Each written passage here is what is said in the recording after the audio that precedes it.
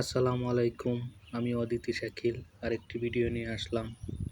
আলহামদুলিল্লাহ, গ্রামের সবাই বোরো ধানের ফসল সুন্দরভাবে ধান গড়ে তুলতে পেরেছে, কিন্তু প্রতিদিন বৃষ্টি হওয়ার কারণে খড়গুলো শুকাতে পারে নাই, পানির নিচে এখনও রয়ে গেছে।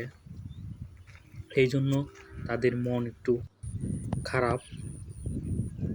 গরুর প্রধান খাবার হচ্ছে খড়। খড় না খেতে পারলে গরুর পেট ভরে না, তাই গ্রামের প্রধান খাবার হচ্ছে খড়।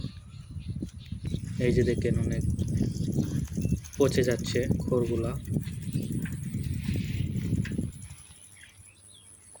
ওকে, সবাই ভালো থাকেন। আল্লাহ হাফেজ।